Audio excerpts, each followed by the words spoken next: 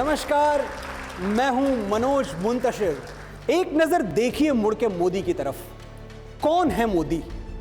मोदी वो हैं जिन्होंने हमारी बहनों और माओं की आंखों से चूल्हे का धुआं हटाकर उनमें आत्मविश्वास की उज्जवल चमक भर दी।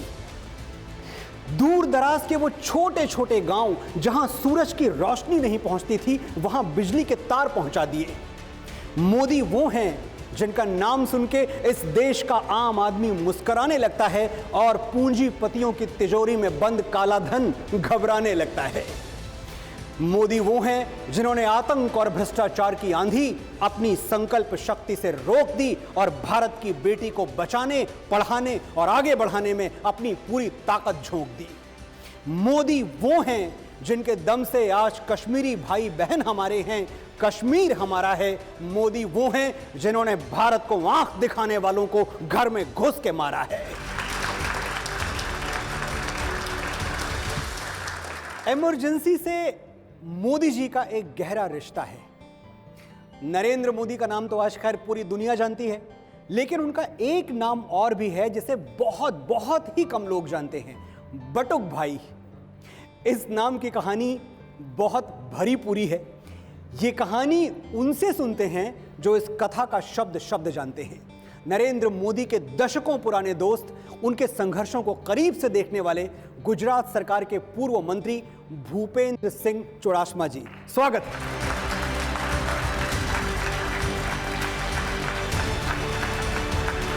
सर नमस्कार। नमस्कार नमस्कार।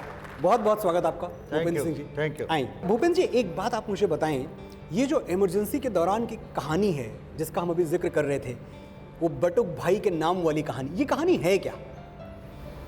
देखिए, मेरे क्षेत्र में जी इमरजेंसी के दौरान एक मीटिंग का आयोजन किया गया है। अच्छा। और रात को पुलिस को खबर हो गई कि मीटिंग होने वाली कि है। मीटिंग होने वाली है। बड़े बड़े लोग आए थे, वसंत राव, नाथालाल झगड़ा, नरेंद्र भाई, केंद्र से भी। जी। तो मीटिंग पूरे दिन चली और मीटिंग पूरी होने के बाद हम सब एक व्हीकल में थे और नरेंद्र भाई हमारे आगे 2 व्हीलर्स पर थे। अच्छा, वो चला रहे थे? हाँ, खुद चला रहे थे, अकेले थे। जी। मालूम नहीं था कि सामने से all of a sudden police आएगी। ओ। पुलिस का आना तो कोई और वजह थी जी।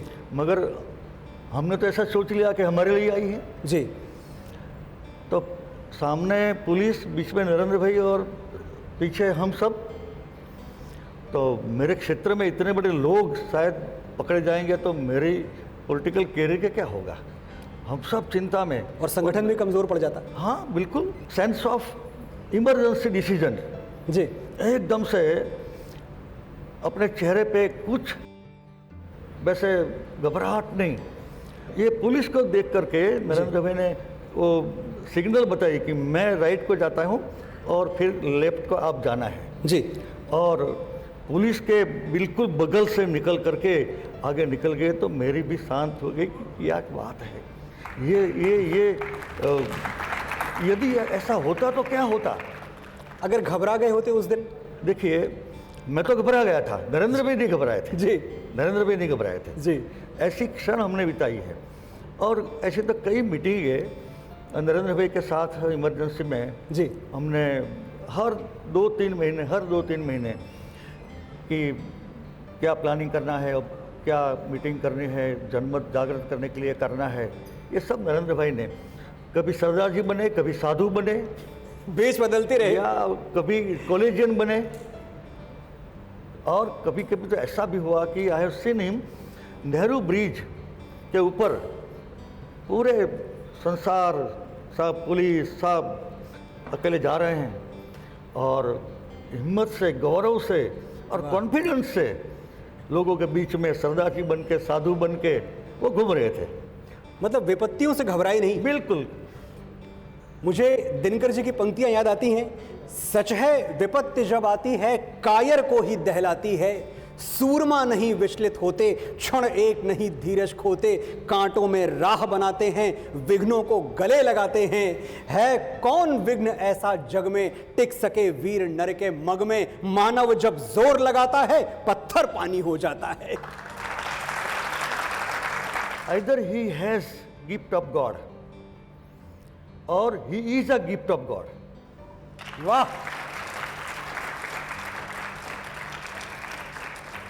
भूपेंद्र जी ने कहा कि या तो उनके पास ईश्वर का वरदान है कोई, और या वो खुद ही ईश्वर का वरदान है। मैं समझता हूं दोनों बातें सही हैं। बहुत बहुत बहुत आभार आपका भूपेंद्र जी। आइए, लेकिन इमरजेंसी की कहानी इतनी सीधी सरल नहीं है। इसमें कई दांव पेच हैं, कई मोड़ हैं, कई ट्विस्ट और टर्न हैं। इस कहानी को आगे बढ़ाने के लिए मैं बुलाना चाहूंगा गोवर्धन जदाफिया जी को, जो नरेंद्र मोदी जी के दशकों पुराने, तकरीबन 40 साल पुराने मित्र हैं। नमस्कार सर, आइए।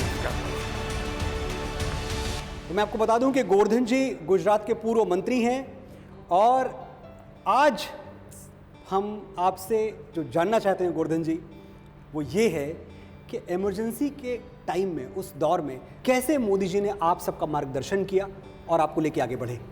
बहुत सारे लोग पकड़े गए थे, लेकिन जो पकड़े नहीं गए उनका उत्तरदायित्व बहुत बड़ा था जी।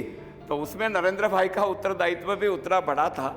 हमको तो इतना परिचय नहीं था, लेकिन 1983 में मैं जब अहमदाबाद आया जी, और मेरा उत्तरदायित्व विश्व हिंदू परिषद का आया, तो मेरा एक स्कूटर था 5820 ये स्कूटर का नंबर था। हाँ मेरा, और मेरे स्कूटर के पीछे वो जो प्रचारक थे एक छोटे से कमरे में, अच्छा हाँ बिल्कुल, संघ के कार्यालय में, तो प्रचारक थे, और मैं विश्व हिंदू परिषद का यहाँ अहमदाबाद शहर में मंत्री था। राम जन्मभूमि मूवमेंट चलता था, हाँ बिल्कुल, और शिला पूजन वगैरह के कार्यक्रम चलते थे। तो हमारे स्कूटर पे बैठ के हम लोग, तब तो मैं भी राजनीति में नहीं था, ना नरेंद्र भाई राजनीति में थे जी, मैं विश्व हिंदू परिषद में था, और नरेंद्र भाई संघ के प्रचारक थे।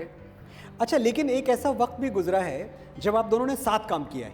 या जब नरेंद्र मोदी जी गुजरात के मुख्यमंत्री थे, उन दिनों आप गृह राज्य मंत्री हुआ करते थे। जी बिल्कुल।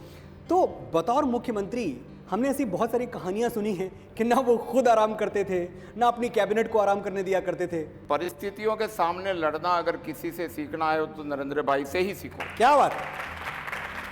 कई बार हमारे साथ परिस्थितियां ऐसी आई कि इस परिस्थितियों का सामना कैसे करना, जब हम लोग निराश होते थे तो कंधे पे हाथ रख के कहते थे चिंता मत करो हम बैठे हैं। ऐसे नेता आज के राजनीति में, ऐसा व्यक्तित्व एक निश्चय जब करता है, परिस्थितियां कई बार उनके ऊपर सवार होने की कोशिश की, लेकिन इस व्यक्तित्व ऐसा है वो जो परिस्थितियों पे सवार हो गए। वाह, बहुत बहुत आभार आपका गोवर्धन जी, धन्यवाद। बहुत अच्छी बातें आपने बताई जी। ये इमरजेंसी की कहानी थोड़ा और आगे बढ़ाते हैं। मैं बुलाना चाहता हूं जाने माने लेखक और पत्रकार, आरएसएस के विचारक और 1967 से नरेंद्र मोदी जी के दोस्त, इमरजेंसी के युग के साक्षी श्री विष्णु पांड्या जी को।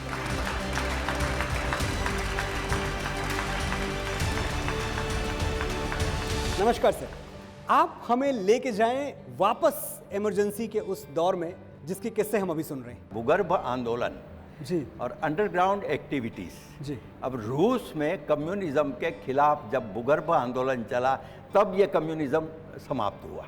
उसको सेमिज़दाद कहते हैं, जी। भूगर्भ पत्रिका को। जी। तो ये भूगर्भ पत्रिका का पूरा संचालन नरेंद्र भाई के हाथों में था, पूरे देश का। ओ, मुझे एक बात अवश्य कहनी चाहिए कि आज जो प्रधानमंत्री का व्यक्तित्व है उसकी आधारशिला आपातकाल का संघर्ष है। वाह।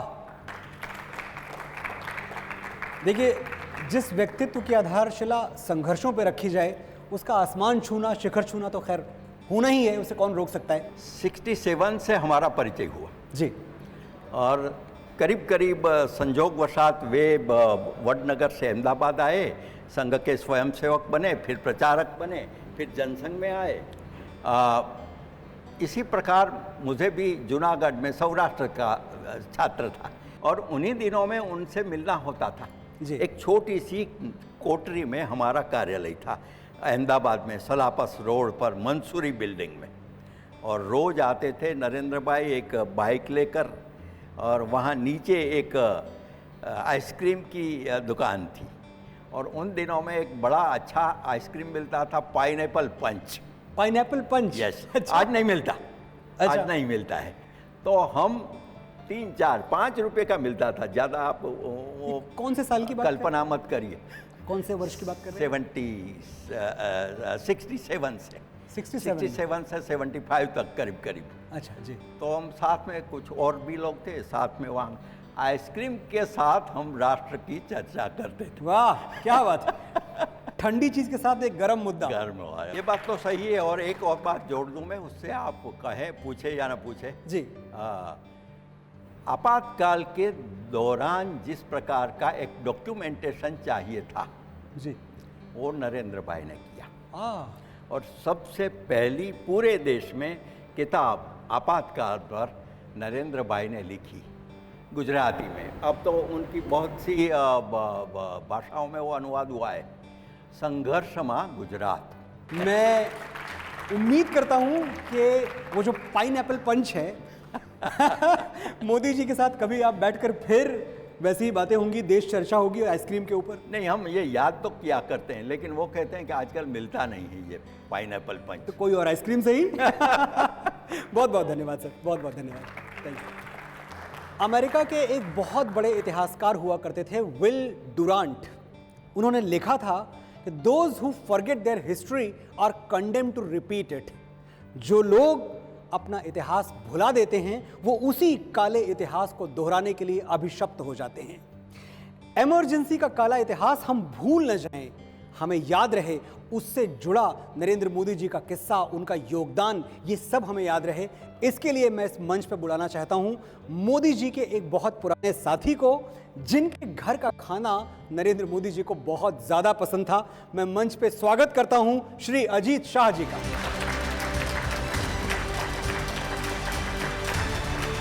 अजीत जी आए, नमस्कार। अजीत जी, बहुत बहुत स्वागत है आपका। तो सबसे पहले बात वहीं से शुरू करते हैं, जो गंभीर बातें हैं वो बाद में हो जाएंगी। पहले आप ये बताइए कि आपके घर के खाने में ऐसी क्या बात थी कि मोदी जी को बड़ा पसंद था और आपके यहाँ ही खाते थे वो? ऐसा नहीं है, सिर्फ हमारे वहाँ खाते थे, मगर आते रहते थे। प्रचारक के नाते एक प्रचारक का ऐसा जीवन होता है कि वो किसी के वहाँ जाके खाना खाते हैं जी। तो हमारा घर वैसे बहुत नज़दीक था संघ कार्यालय से। अच्छा। तो जब भी अगर दोपहर को 12 बज गए और कहीं भी उनका खाने का कहीं बंदोबस्त नहीं हुआ तो सीधे आ जाते थे, आज खाना है मेरा। धीरे धीरे करके मेरी माँ पूरनपूरी बना रही थी, पूरनपूरी, तो वो हाँ। पूरनपूरी उनको बहुत पसंद थी। हाँ। तो जब भी आते थे, जब कह के आते थे, तब माँ अचूक उनके लिए पूरनपूरी बनाती थी। वाह। तो पूरनपूरी मोदी जी को आज भी पसंद है? आज भी पसंद है। हाँ, मतलब स्वाद का तो वो है कि जो एक बार पसंद है हमेशा पसंद रहता है। इमरजेंसी के दौरान जिसका आज हम जिक्र कर रहे हैं, उन बातों का, आपकी क्या यादें हैं मोदी जी के साथ? अचानक एक दिन इमरजेंसी के दौरान जी। यहाँ जनता पार्टी का राज था, उसके बाद इमरजेंसी लगी जी। तो जब इमरजेंसी लगी तो अंडरग्राउंड सब लोग चले थे, गए थे कार्यकर्ता, तो मोदी जी भी अंडरग्राउंड थे। जी। अचानक एक दिन रात को 10-11 बजे घर पे आ गए। वहीं सो जाने वाले थे रात को हमारे घर ही उस दिन। अच्छा। तो उन्होंने रात को बोला कि अजीत अभी ड्रेस चेंज करना पड़ेगा। अच्छा, भेस बदलना पड़ेगा। भेस बदलना पड़ेगा क्योंकि ये अभी कुर्ता तो क्या है, कुर्ता पायजामा तो मेरा एकदम ब्रांड है, वो लोगों को दिखेगा तो मैं तो पता चल जाऊंगा कि मैं कौन हूँ। पुलिस उनकी तलाश में थी? हाँ, पुलिस उनके तलाश में थी। तो हमको कोई एक ऐसा ड्रेस चाहिए कि जो कोई मेरे को पहचान ना सके। अच्छा। सोच के बताया यार कोई सरदार का ड्रेस हो जाए तो अच्छा रहेगा। अभी हमने सोचा चलो, मेरा एक दोस्त है सरदार, मैंने उसको रात को वहाँ मैं गया उसके पास। हाँ। और मैंने बोला यार कि एक पगड़ी करनी है मेरे को। तो बोले आपको कहाँ पगड़ी की ज़रूरत है? मैंने बोला मैं एक नाटक में रहा हूँ तो उसके लिए मेरे को चाहिए एक पगड़ी बना के, एक बार आप मेरे को पहना दो। तो रात को करीबन 11-12 बजे मैं पगड़ी पहन के घर आया। और वो पगड़ी मैंने पहले तो पता ही नहीं था कि ये पगड़ी मैं ले आया वो उनको चलेगी या नहीं चलेगी। तो उन्होंने पहना तो फिट हो गई वो पगड़ी। अच्छा। बोले यार ये ठीक है, मगर अभी तो ये पैंट टी शर्ट भी पहनना पड़ेगा, जर्सी कुछ लानी पड़ेगी। हाँ। तब दूसरे दिन मेरा एक दोस्त था, टेलर था, उसके वहाँ गए सुबह। जी। तो सारे कारीगर मुसलमान थे, हम वहाँ गए, पगड़ी पहन के ही गए थे तो सरदार लगते थे। और नरेंद्र भाई का तो ऐसा है, जो ड्रेस पहनते हैं वैसे ही लगते हैं। हाँ बिल्कुल। तो सरदार लगते थे। अच्छा, वो सरदार जैसे दिखते थे पूरा? हाँ, पूरे सरदार ही लगते थे। दाढ़ी थी, वो था, ऊपर पगड़ी पहनी हुई थी, कुर्ता पायजामा था, मगर दिखते थे सरदार जैसे। मैं आपको पीछे फोटो दिखा दूं नरेंद्र मोदी जी की पगड़ी में। हाँ, ये उन्हीं दिनों की तस्वीर है? उन्हीं दिनों की तस्वीर। पहचान रहे हैं आप उनको? हाँ, पक्का पक्का। तो इतनी साहजिकता से वो, उनकी सारी जो चीज़ें चलती थी वो बहुत साहजिक थी जी। तो ऐसे उन्होंने एक अलग ड्रेस कर दिया, पूरे सरदार बन गए और सरदार के वेश में ही वो बाद में घूमे पूरे गुजरात में। अजीत जी, कौन जानता था कि उस समय भेष बदलने वाला एक दिन देश बदल देगा? हमारा परिचय तो एकदम घर का आत्मीय परिचय था जी। जैसे मेरे बड़े भैया है ऐसे ही उनका एक व्यवहार आज तक हमारे साथ, आज तक भी ऐसा ही रहा है। अच्छा। तो उनका एक व्यवहार ही ऐसा था और दिखता भी था। अच्छा। उनकी जो सोच थी, उनकी जो एक अलग प्रकार से सोचने का ढंग था उनका, और हर एक के लिए काम करना, छोटे से छोटे आदमी और बड़े से बड़े आदमी के लिए एक काम की सोच उनके दिमाग में थी। इसलिए क्या था कि उनका एक सोचने का ढंग ही ऐसा था कि आदमी कभी भी बड़ा हो सकता है। तो आपके संबंध उनसे अभी बने हुए हैं? आज भी बने हुए हैं। कभी पूरन पोली साथ खाने का मौका मिला दोबारा? अभी हम गए थे पूरा अच्छा। फैमिली परिवार हमारा, एक 5-6 महीने पहले। हमारे 16 मेंबर है फैमिली में, हम जॉइंट फैमिली में रहते हैं। सब लोग गए थे? हम सब लोग गए थे उनके घर, 2.5 घंटा हमारे साथ बैठे, गपशप अरे! लगाई। और ये तस्वीर, ये तभी की तस्वीर है? हाँ, ये अभी की है, बस हाँ। अभी की है। तो आपको वही आत्मीयता मिली जो पहले हुआ करती थी? हाँ, उससे भी लगता था कि हमको लगता था हम पीएम हाउस में जा रहे हैं जी। मगर उन्होंने फील नहीं होने दिया कि हम पीएम को मिल रहे हैं, हम हमारे परिवार के बड़े भैया को मिल रहे हैं। ऐसा ही फील हुआ हमको वहाँ जाने के बाद। मैं प्रार्थना करूंगा ईश्वर से कि ये जो आपके बीच में आत्मीयता है, जो घनिष्ठता है, ये हमेशा हमेशा कायम रहे। बहुत बहुत आभार आपका अजीत जी आने के लिए। श्री रामकृष्ण परमहंस, भारतवर्ष में जो हमारी ऋषि परंपरा है उसके बहुत बड़े संत, वो घर बार सब त्याग चुके थे। उनके पास एक भिक्षा पात्र के सिवाय और कुछ बचा नहीं था, लेकिन फिर भी रामकृष्ण परमहंस जी अपने आप को बादशाह कहते थे। एक बार किसी पत्रकार ने पूछ लिया, स्वामी जी आपके पास इस कटोरे को छोड़ के और कुछ भी नहीं है, फिर भी आप अपने आप को बादशाह कहते हैं, ये कैसी बादशाहत हुई? स्वामी जी सोच में पड़ गए, बोले बात तो सही है, मैंने सब कुछ त्याग दिया, बस ये कटोरा नहीं त्याग पाया।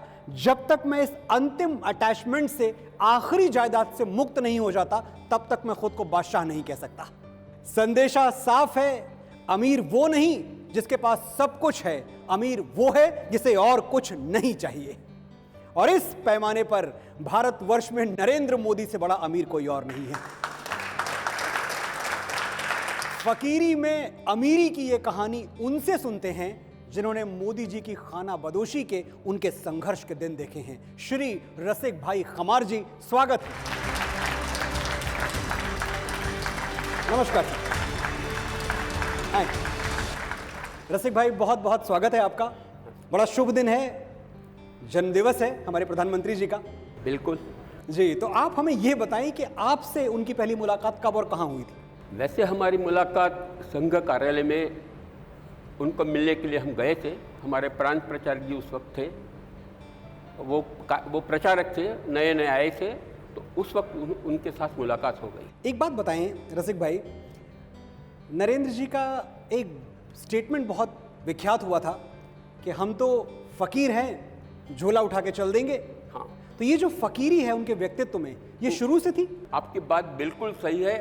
वो फकीरी स्वभाव के ही थे और पूरा जो सालों तक हम उनके साथ रहे जी। उन्होंने कभी कुछ अपेक्षा नहीं की, केवल राष्ट्र की चिंता होती थी, समाज की समस्याओं की बातचीत होती थी। और जो भी लोग आते थे, कई बार नानाजी देशमुख मेरे घर पर ही आते थे, उनका निवास स्थान मेरा, जब भी अहमदाबाद आते थे मेरे घर पर ठहरते थे। उनके कार्य की जिम्मेदारी मेरी थी, दीनदयाल सौदा संस्थान की। अच्छा। हाँ, तो नरेंद्र, जब भी वो आते थे, नरेंद्र भाई को हम समाचार देते थे, वो आ जाते थे और उनके साथ पूरे समाज की जो समस्याएं थी उनका चर्चा विचार होती ही रहती थी। क्योंकि नरेंद्र भाई भी को भी कुछ समस्या लगे तो नाना जी को पूछताछ करते थे। रसिक भाई ये बताएं, कभी ऐसा हुआ कि आपने नरेंद्र मोदी जी का कोई सूटकेस खोला हो, ब्रीफकेस में देखा हो, उनकी कुल जो जायदाद है वो क्या हुआ करती थी? कितनी चीज़ें थी उनके पास? कितने जोड़ी कपड़े थे? सूटकेस में और क्या रखते थे? वैसा तो उनके पास ज़्यादा कुछ था ही नहीं, वो जोले वाले थे। उनके पास जो अपने जो 1 2 3 कपड़े जो होते थे, जो उनके सिवा कुछ नहीं होते थे। उनकी ज़रूरत कोई नहीं थी ऐसी कि वो अपने पास रखे। कोई भी कुछ देते थे वो किसी को दे देते थे, अपने पास वो बहुत नहीं रखते थे कुछ। तो उनका ये स्वभाव था कि कई लोग से जे उनको, नरेंद्र भाई को आपको ये उनका उपयोग हुआ, आप ले लीजिए। वो अपने पास बहुत कम रखता था, वो किसी न किसी को आप ले लो, आपको उपयोग में आ जाएगा, तो दे देते थे। कोई मोह माया नहीं थी नहीं कि नहीं ये चीज़ मेरी है, या मुझे अपने लिए ये कमाना है, मुझे अपने लिए ये जुटाना है, ये संपत्ति बनानी है, ऐसा कभी उनका विचार नहीं रहा? कभी नहीं, कभी नहीं। वैसा हमने सालों तक हम साथ में रहे काम में, मगर ऐसा स्वभाव उनका था कि वो केवल समाज समर्पित और राष्ट्र समर्पित ही जीवन था। बहुत बहुत आभार आपका, बड़ी अच्छी बातें आपने बताई रसिक भाई। आप स्वस्थ रहें, सानंद रहें, फिर मुलाकात होगी आपसे। जो अपने लिए कुछ नहीं रखता, कोई संपत्ति नहीं रखता, शायद ये देश, ये राष्ट्र, यही उनकी संपत्ति है। इसी गली में वो भूखा फकीर रहता था, इसी गली में वो भूखा फकीर रहता था, तलाश करिए खजाना यहीं से निकलेगा। नरेंद्र मोदी की जो फकीरी की कहानी है, ये जो निर्लिप्त रहे हैं, निस्वार्थ रहे हैं, माया से, मोह से जो एक विरक्ति रही है उनको, सिर्फ एक मिशन, सिर्फ एक लक्ष्य, देश नहीं झुकने दूंगा, इसके अलावा कोई चीज उनको छू के नहीं गुजरी। मैं इस फकीरी का किस्सा आगे बढ़ाना चाहता हूं और उसके लिए मैं अब मंच पे बुलाना चाहता हूं बीजेपी को। आप लोग थोड़ा कंफ्यूज होंगे, वैसे जो गुजरात के लोग हैं वो समझ गए कि बीजेपी से मेरा तात्पर्य क्या है, लेकिन जो लोग नहीं जानते हैं, मेरे बाकी दर्शक, उनको बता दूं मैं कि यहाँ बीजेपी का जो ये एब्रीविएशन है, इसका फुल फॉर्म कुछ और है। बीजेपी यानी बाबू जमुना पटेल। बाबू जमुना पटेल उनके मित्र हैं, मैं बुलाता हूं उनको मंच पे।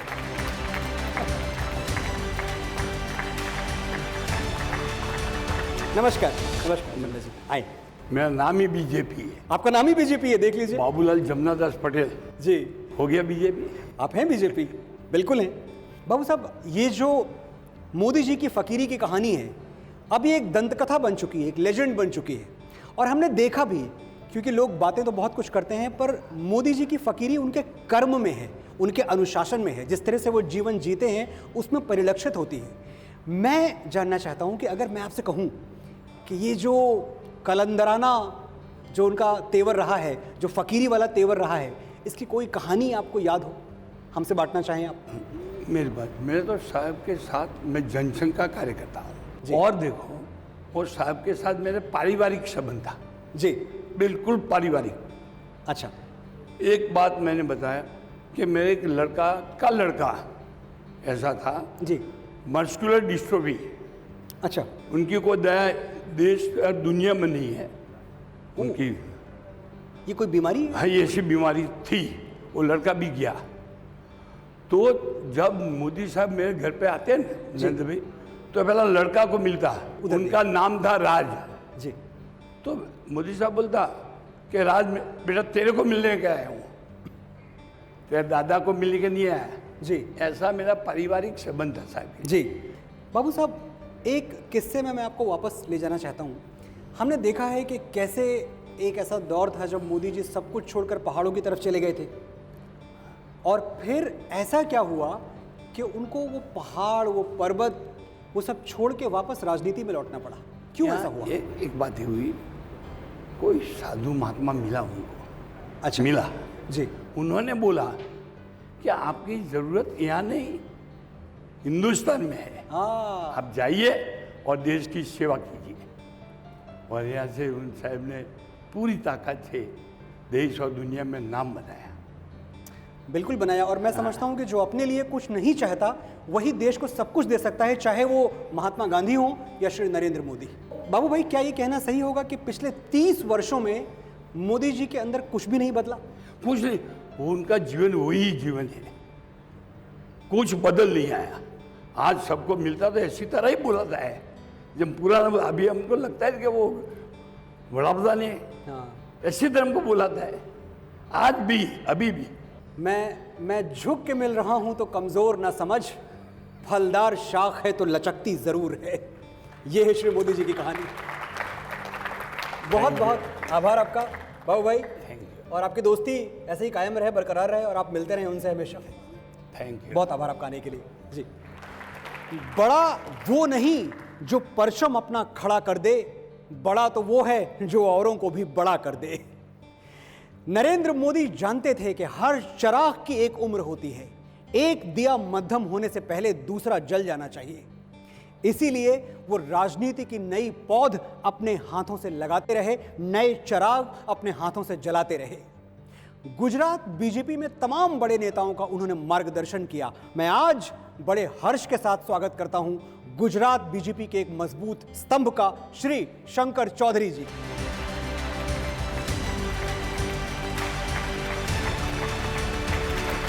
नमस्कार शंकर जी। Thank you. बहुत बहुत स्वागत है आपका। Thank you. आने के लिए बहुत बहुत आभार पहले तो। जी धन्यवाद। शंकर जी, हम सब जानते हैं कि गुजरात बीजेपी में जो आपका रुतबा है, जो आपका कद है, वो पूरे देश को पता है, किसी से छुपा नहीं है। लेकिन बड़ी बात यह है कि जब आपका कद इतना बड़ा नहीं था, तब किसी की नज़र आप पे गई, तब कोई पहचान पाया आपके अंदर छुपी हुई प्रतिभा को, आपके अंदर छुपे हुए राजनीतिक गुण को। तो ये क्या था आपके अंदर जिसने मोदी जी को आपकी तरफ आकर्षित किया? भैया मैं आज भी कार्यकर्ता हूँ, एक छोटा कार्यकर्ता के नाते मैं काम कर रहा हूँ यहाँ पर। रही बात मेरी राजनीति में आने की बात, तो एक बाई इलेक्शन हुआ गुजरात में जी, और मैं संघ का काम करता था, और राजनीति का मेरा कोई एक्सपीरियंस था नहीं। लेकिन मोदी जी ने उस टाइम राष्ट्रीय महामंत्री थे और वो वहाँ पर इलेक्शन में आए। गुजरात की घटना आप सब जानते हैं कि राजपा और सब आए, शंकर सिंह जी वाघेला, वो वहाँ पर चुनाव लड़ने आए। और उस टाइम मुझे अगले दिन तक मुझे पता नहीं था कि मुझे राजनीति में आना है, और बताया कि तुझे कल फॉर्म भरने जाना है। अच्छा। मैंने कहा कि किसका? तो बताया कि विधानसभा का, और तुझे लड़ना है। ओ। तो उस टाइम मुझे पता नहीं था कि मैं राजनीति में काम करवा, मुझे भाषण करना भी नहीं आता था, वो मैं कोई स्पेशल स्किल थी ऐसा नहीं था जी। लेकिन समाज जीवन में काम करता था, संघ का काम करता था। कोई संघर्ष है तो उनके सामने, और एंटी नेशनल एक्टिविटी करने वाले लोगों के सामने मैं, वहाँ पर बॉर्डर सरहदी क्षेत्र है, तो मैं एक युवाओं की टीम बनाकर वहाँ पर काम किया करता था। तो ऐसी स्थिति में बताया कि नहीं तुझे चुनाव लड़ना है, और तब से शुरुआत हुई और अभी तक काम कर रहा हूँ। तो मैं समझता हूँ कि आपके अंदर कोई ऐसी स्किल नहीं थी, आपको ऐसा लगता है, लेकिन आपके अंदर भारत भक्ति थी, और जिसके अंदर भारत भक्ति है वो इस देश में राजनीति करने का अधिकार रखता है। जी जी। एक बात आप मुझे बताएं कि चलिए, हमने ये देखा कि कैसे मोदी जी ने आपको उठा के आपको राजनीति में ले आए। आपसे अगर मैं पूछूं कि मुझे 3 गुण बताएं, सिर्फ 3 गुण जो आपने मोदी जी से सीखे हैं और जिसको अपने राजनीतिक जीवन में जिसका आप पालन करते हैं, तो वो क्या होंगे? नहीं, सबसे पहली बात तो जो है वो दूर का देखते थे, वो दूरदर्शी थे। दूरदर्शी अभी भी हैं? तो आज भी है, पहले भी जी। तो मैं युवा मोर्चा का प्रमुख बना, तो मैं मिलने गया, जिम्मेदारी दी कि तुझे युवा मोर्चा का प्रदेश का अध्यक्ष बनना है। तो पार्टी ने ये निर्णय किया। मैं मिलने गया कि साहब मुझे क्या काम, आपकी अपेक्षा क्या है जी। तो तब बनाया कि मुझे 25 साल के बाद की राजनीति में युवा, ऐसे युवाओं की एक टीम पूरे प्रदेश में से बनाई है कि जो 20-25 साल के बाद गुजरात की राजनीति में काम करें। वाह, दूरंदेशी। मैं कुछ बात ये भी आपके ध्यान में रखूँगा कि मोदी जी इमोशनल अटैचमेंट कैसा था। एक बार अर्थक्वेक हुआ, और अर्थक्वेक के 1 घंटे में मेरे वहाँ पर लैंडलाइन पर फ़ोन आया दिल्ली से। वो दिल्ली थे। ये कौन से अर्थक्वेक की बात कर रहे हैं? कौन से साल में? कच्छ का जो भूकंप जो हुआ, उसका मैं बता रहा हूँ। और बताया कि कच्छ में भूकंप है तो राधनपुर में क्या है, तो जरा बता। ओ, चिंता लगी हुई थी उस टाइम में जी। और दूसरे दिन वो वहाँ पर पहुँचे राधनपुर।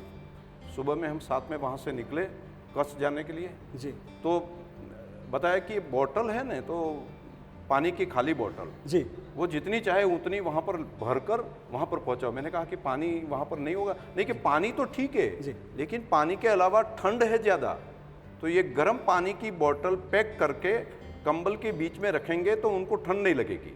तो एक नया आइडिया उस टाइम में दिया और सचमुच में उस टाइम से स्टार्ट किया कि गर्म पानी की बोतल अपने रात में जब सोते थे तो कंबल के बीच में रखते थे तो पूरा वार्म हो जाता है। और इतनी कड़ाके की ठंड में कई लोगों के जी बचाने का काम उस टाइम मोदी जी तब मुख्यमंत्री नहीं थे लेकिन आइडिया था।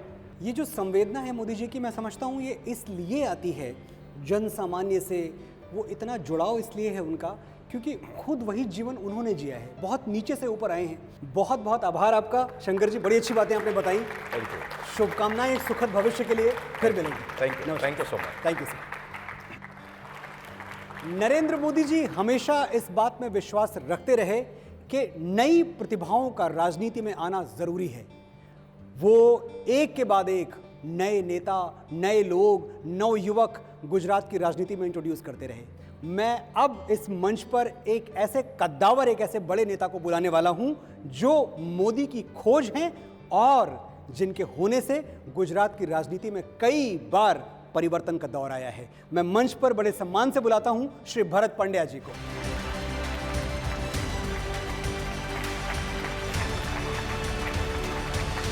नमस्कार भरत जी। मनोज जी नमस्ते। बहुत बहुत स्वागत आपका। आपका भी गुजरात में स्वागत। Thank you very much. मुझे जो सबसे पहले एक बात पूछनी है आपसे वो ये है कि आप कितने टैलेंटेड रहे होंगे कि मोदी जी ने आपको चुना, मोदी जी आपको राजनीति में लेके आए और आपने उस वक्त के मुख्यमंत्री श्री दिलीप पारेख को चुनाव में हरा दिया, पूर्व मुख्यमंत्री। देखो 82 में नरेंद्र भाई विभाग प्रचारक के नाते जी, वो आरएसएस का काम करने के लिए धंधुका आते रहते थे जी, और धंधुका में मेरे पहली बार उनसे मिलना हुआ। मेरे घर पे वो नाइट होल्ड किया। अच्छा। और उन्होंने एक लंबी सी हनुमान जी पर कविता लिखकर मुझे दिया। ओ, और उन्होंने कहा कि मुझे ये अच्छे अक्षर में लिख कर देना। उस समय से मुझे पता चला कि उसके कवि हृदय की कल्पना शक्ति है जी, उसमें वो थी। तब से मेरा इंटमेसी उनसे बढ़ गया। ओके। और उसके बाद 84 में वो मुझे विद्यार्थी विस्तार के नाते वहाँ लेने आए जी, कि आप आरएसएस का काम करो। साबरकाठा के तलोद शहर में मुझे ले गए और वहाँ मैंने FY BCom ज्वाइन किया और आरएसएस का काम शुरू किया जी। 4-5 महीना वो मैं वापस आया। तो वापस आने के बाद मैंने एक पत्र लिखा नरेंद्र भाई को। तो उसके जवाब में 7 पेज का मुझे पत्र लिखा। अच्छा। और वो पत्र जो है वो मेरा प्रेरणा, पूरे जीवन का प्रेरणा मंत्र बन गया। उसमें अच्छे शब्द है। वो पत्र को बाढ़ आने से वो चला गया, लेकिन उन्होंने लिखा था कि हर परिस्थिति में स्टेबल रहना, माइंड का बैलेंस करना। दूसरा उन्होंने लिखा था हर घटनाक्रम को साक्षी भाव से लेना। वाह, बड़ी बात है ये। और तीसरा उन्होंने ये लिखा था कि दूसरे का खराब व्यवहार पर मन में कभी दुख नहीं लगाना, क्योंकि वो उनकी असर जो है वो दूसरे अपने अच्छे कार्य पर नहीं होनी चाहिए। और ये 4-5 बात जो है मेरे जीवन में प्रेरणा बन गई। इसलिए मैं फिर से वापस गया धंधुका। लेकिन क्या हुआ कि फिर से तीसरी बार वो धंधुका आए 87 दिसंबर 30 तारीख को, और मुझे कहा कि बीजेपी में काम करने के लिए तुझे आना है, तुम तैयार हो जाओ। तो मैं 1/1/88 से बीजेपी ऑफिस में काम करने का मुझे शुरू किया। अच्छा, 88 की बात है। संघ कार्यालय में रहा उनके साथ। 809 बजाज स्कूटर में मणिनगर संघ कार्यालय से खानपुर भाजपा कार्यालय हम जाते थे। और उस समय कार्यालय में 89 जब हुआ तो मुझे स्टेट ऑफिस सेक्रेटरी बनाया। ओके। तब मैं 22 साल का था और मुझे पूरे बीजेपी ऑफिस का सेक्रेटरी बनाया। और धीरे धीरे काम देने शुरू किए। मुझे लेटर लिखवाना शुरू किया, उसके बाद प्रेस नोट लिखवाना शुरू किया, उसके बाद रिजोल्यूशन लिखाना शुरू किया।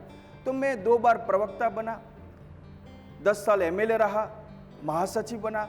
72 प्रकार की जिम्मेदारी मुझे उन्होंने सौंपी। इतनी कम उम्र में आपको इतनी बड़ी जिम्मेदारी सौंपी, आप सिर्फ 22 साल के थे, तो इससे ये तो सिद्ध होता है कि आज से नहीं, शुरू से ही मोदी जी यंग इंडिया में विश्वास रखते थे। देखो, मेरे जीवन के हर मोड़ पे वो साथ में खड़े हैं जी। मैं सेकंड में था तब मेरे फादर की डेथ हुई थी। उसके बाद मेरे परिवार एक छोटा सा परिवार था, सामान्य परिस्थिति वाला था, विधवा माँ का बेटा था, और उन्होंने मुझे 14 साल से उठाया था और मेरे फादर की भूमिका उन्होंने ही निभाई है।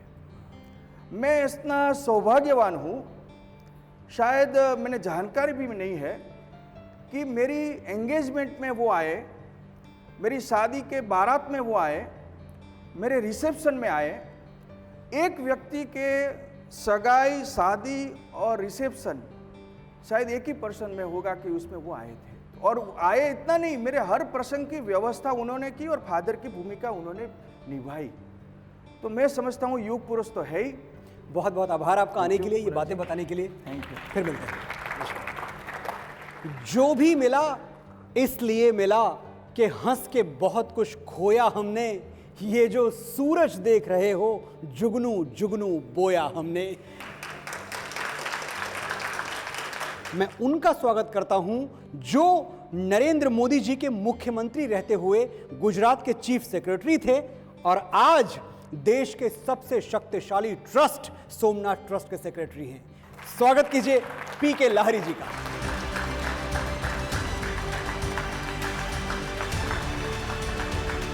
नमस्कार। नमस्कार। लाहिरी जी, बहुत बहुत स्वागत आपका। एक चीज बताएं कि ये जो मोदी मॉडल, गुजरात मॉडल, इसकी बात पूरे देश और अब तो पूरी दुनिया में होती रहती है। ये गुजरात मॉडल और मोदी मॉडल है क्या? नरेंद्र भाई मोदी ने जब 2002 के चुनाव में जी विजय प्राप्त किया तो उन्होंने प्रथम ही दिन जी सबको बुला के, नए मंत्रिमंडल को और सब सीनियर अधिकारियों को, जैसे अभी 5 प्रण का बात हो रहा है जी 15 अगस्त के बाद जी, तब उन्होंने 5 शक्ति बढ़ाने के लिए कहा। जल शक्ति, ज्ञान शक्ति, जन शक्ति, रक्षा शक्ति, ऐसी 5 शक्तियों को। और पांचवी कौन सी? आपने 4 बताई।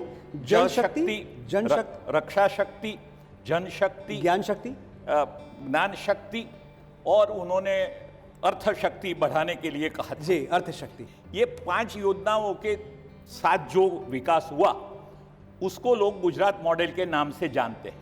लाहिरी साहब, तकरीबन 12 साल मोदी जी गुजरात के मुख्यमंत्री रहे, इनमें से 8 साल आपने उनके अंडर में काम किया। जी, सही कह रहा हूं? 7 साल से अधिक उनकी। 7 साल से अधिक। हाँ जी। ये जो 7 साल थे, इसमें आपने उनको दफ्तर में, अपने कार्यालय में काम करते हुए देखा, तो उनका रूटीन, उनकी दिनचर्या क्या हुआ करती थी? इनकी दिनचर्या तो सब लोगों को वैसे मालूम है जी। कि बहुत ही सुबह जल्दी उठ जाते हैं जी, अपने योग का और जो भी समाचार देखना, पत्र व्यवहार पढ़ना, न्यूज़पेपर, अखबार पढ़ना, ये सारे काम वो करीबन 9 बजे तक निपटा देते हैं। अच्छा। 9 बजे का उसका पहला काम ये होता है कि जिन्होंने रात को, सुबह को फ़ोन किया हो, उन सबको फ़ोन से संपर्क कर लेना। अच्छा। जिसको काम है उनको भी संपर्क कर लेना दिन में। मैं आपको बताऊं कि पहली बार वाइब्रेंट गुजरात की प्रपोजल हुई जी। तो उन्होंने पूछा कि इसमें क्या करेंगे, तो हमने कहा सब इन्वेस्टर, इंडस्ट्रियलिस्ट को बुलाएंगे। तो कहा किस किस को बुलाएंगे, तो हमने उनको 400 लीडिंग इंडस्ट्रियलिस्ट का लिस्ट दे दिया। ओ, और थोड़े दिन के बाद हमारे पर फोन आने लगे। मुख्यमंत्री ने हमें खुद फोन किया जी। और कह रहे हैं कि आपको इस तारीख पे आना है, तो आप क्या कर रहे हैं।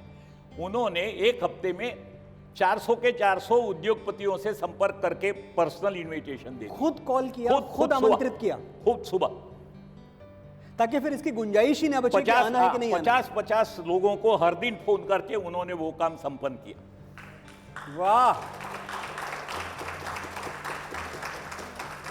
एक बात है सर, पैशन, जुनून, समर्पण, डेडिकेशन, ये सब जो शब्द हैं ना, ये उन्होंने जिए हैं। शायद हम में से बहुत सारे लोग इनको पढ़ते हैं, हमारे लिए ये डिक्शनरी के शब्द हैं, लेकिन मोदी जी ने ये शब्द जी के दिखाए हैं। और इसीलिए मैं समझता हूं कि गुजरात का जो मॉडल है, आज पूरी दुनिया उसकी तरह बनना चाहती है, आज पूरी दुनिया वैसा काम करना चाहती है। बहुत बहुत आभार सर यहाँ आने के लिए। Thank you very much. Gujarat की तरक्की का, उसकी प्रगति का आलम यह है कि देश के जितने राज्य हैं और जितनी यूनियन टेरिटरीज हैं वो सब गुजरात जैसा बनना चाहते हैं। और कारण क्या है इसका? गुजरात मॉडल। अब मैं इस मंच पर उनको बुलाना चाहता हूं जिन्होंने ये गुजरात मॉडल बनते हुए बहुत नजदीक से, बहुत करीब से और बहुत बारीकी से देखा है। स्वागत कीजिए वरिष्ठ पत्रकार श्री अजय उमत जी का।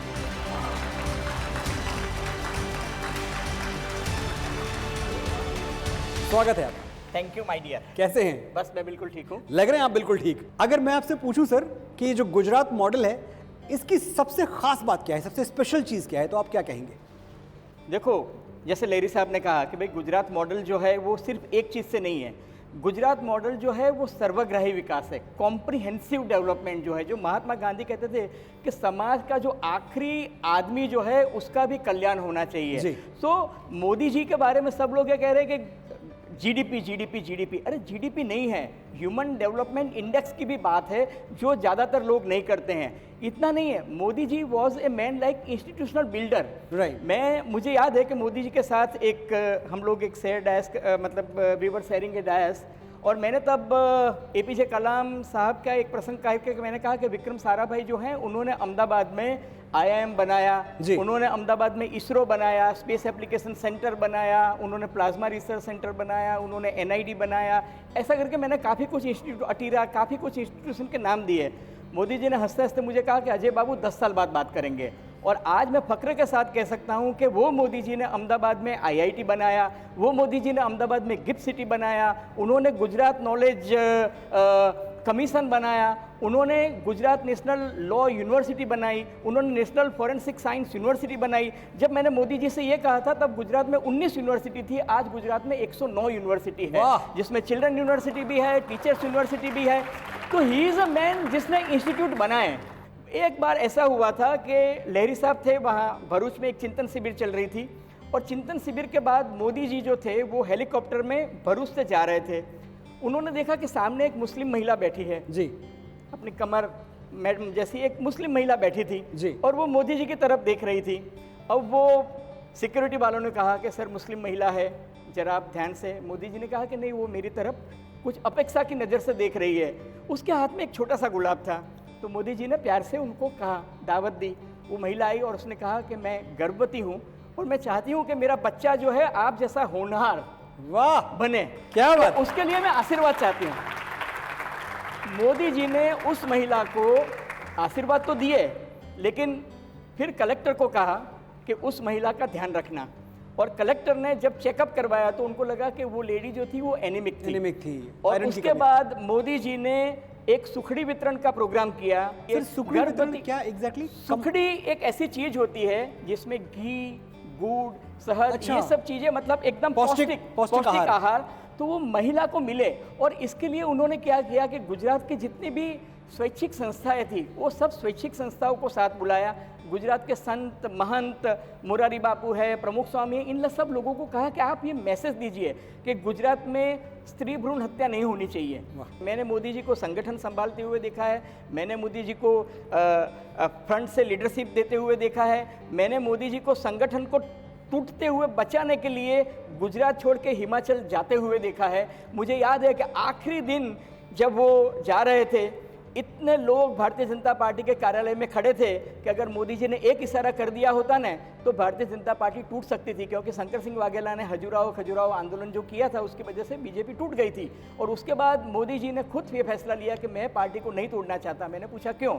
तब उन्होंने एक स्टोरी बताई थी कि सच्ची माँ वो होती है जो अपने दो लोगों के बीच में अगर वो बच्चे को खींचने के बोले वो अपने बच्चे को छोड़ देगी, लेकिन बच्चे को, हाँ, बच्चे को कुछ नुकसान नहीं। मेरे लिए मेरी पार्टी जो है वो एक बच्चा है, इसलिए उन्होंने बच्चे की तरह से पार्टी का जतन किया है और उसी तरह से उन्होंने गुजरात को जो है पाला है, पोसा है। ये गुजरात सर अलग है। गुजरात अलग है अजय जी, मोदी जी अलग हैं, आप भी अलग हैं।